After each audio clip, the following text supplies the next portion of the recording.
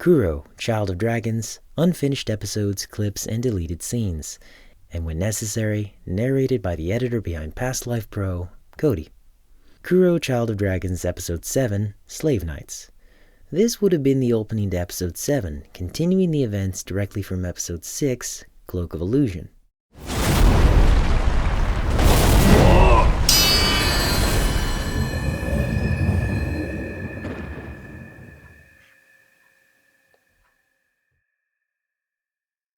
Masanadi was meant to just barely deflect the ranged slicing attack that Al himself narrowly managed to dodge. He would stumble backwards, sword ringing, knuckles inflamed from the sheer force of the block, but thought of retreat refused residence in his mind.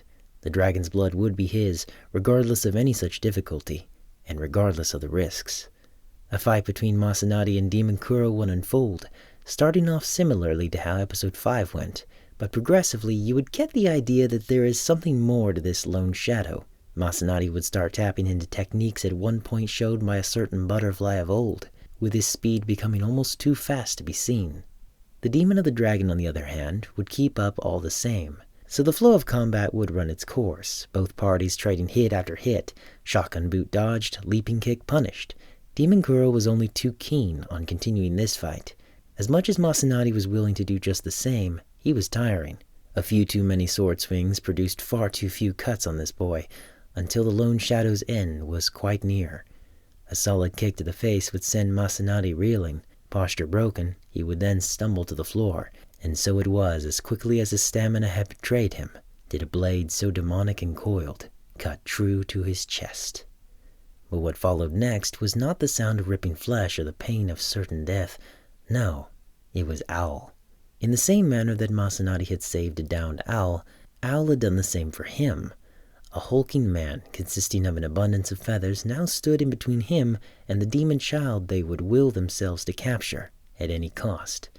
Owl let out a grunt before falling to his knees, just beside his shadow. Before them stood a demon in every sense of the word, and they, weak humans. Wordlessly, the two shinobi would get to their feet, steadfast, readying themselves. What would follow would consist of a 2-on-1 conflict, Demon Kuro battling the endless barrage of a battle-hardened owl, followed by the desperation of a determined ninja. Demon Kuro would attempt to punish Owl, but be pushed back simultaneously by Masanadi. Flashes of red would engulf the demon's vision, until he himself would find no benefit in its use. Disorientation would leave the demon child stuttering for but a moment, posture lost to the forces that took it. Owl and Masanadi would wordlessly fall in step, Masanadi falling in line near the entrance to the dojo floor, and Owl taking up the position he once welcomed the boy from, but at this point he'd be bidding farewell. Both combatants lowered themselves and raised their swords, a glistening shine gleaming off the alloy itself from both ends of the room, at the behest of all the blood in its wake. Shadowfall would be the final offering to the might of the dragon's blood. Both shot forward. A flurry of sword strikes almost unseen would catch both fighters unaware, but just as quickly as the thought had purchase on the two, did they lose themselves to the sheer power that was their downfall. Owl, sent colliding with the force of all of Ashina, would neither whimper nor wake. Masanadi, cut across his legs and partly through his purple cloak, would be sent sprawling to the floor, not so great a distance from where the great shinobi had stood just a split second prior. How willing he had been to risk his very life and that of the great shinobis for the powers of the dragon's blood, for its protections. Yet, would that obsession be what spelled the end of him? No. Not finished. Not over, croaked Masanadi to himself, slowly getting back to his feet, clearly in a great deal of pain, desperation taking over entirely. The unconscious owl made no motion to what stood before him, flames roaring like a furnace, and a demonic blade raised for the final time. Masanadi would charge the demon warrior without a second thought, raising his own blade all the same, but what he remembered last before it all went black, it was that sword. It began glowing a deep, otherworldly color, reminiscent of its prior purple flames, yes, but it was something more, something deeper within.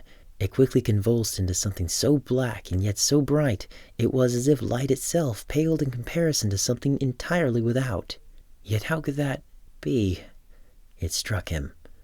Was this really the power of the dragon's blood?